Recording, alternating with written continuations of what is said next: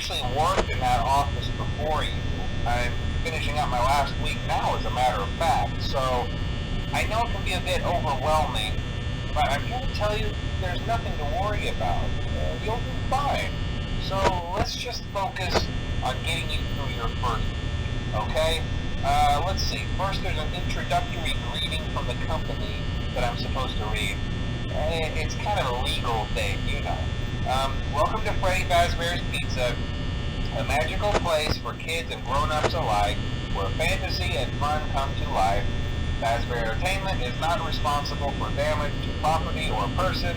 Upon discovering that damage or death has occurred, a missing person report will be filed within 90 days or as soon as property and premises have been thoroughly cleaned and bleached and the carpets have been replaced.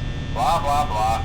Now, that might sound bad, I know, but there's really nothing to worry about. The animatronic characters here do get a bit quirky at night, but do I blame them? No.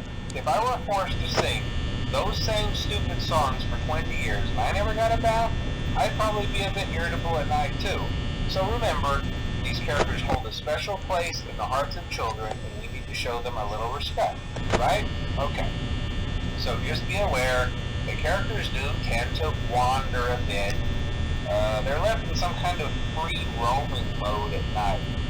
Something about their servos locking up if they get turned off for too long. They used to be allowed to walk around during the day too, but then there was the bite of 87.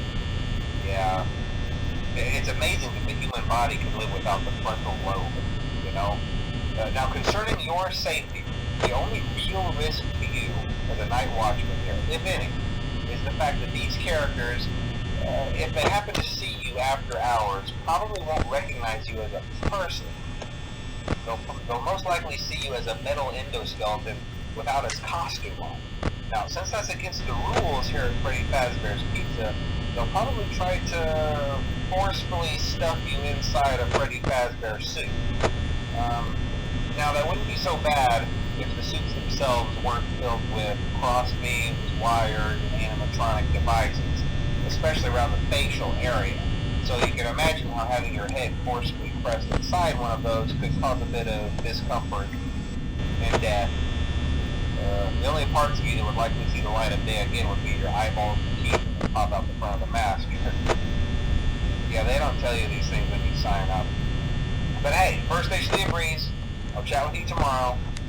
Check those cameras and remember to close the doors only if absolutely necessary. Gotta conserve power. Alright, good night.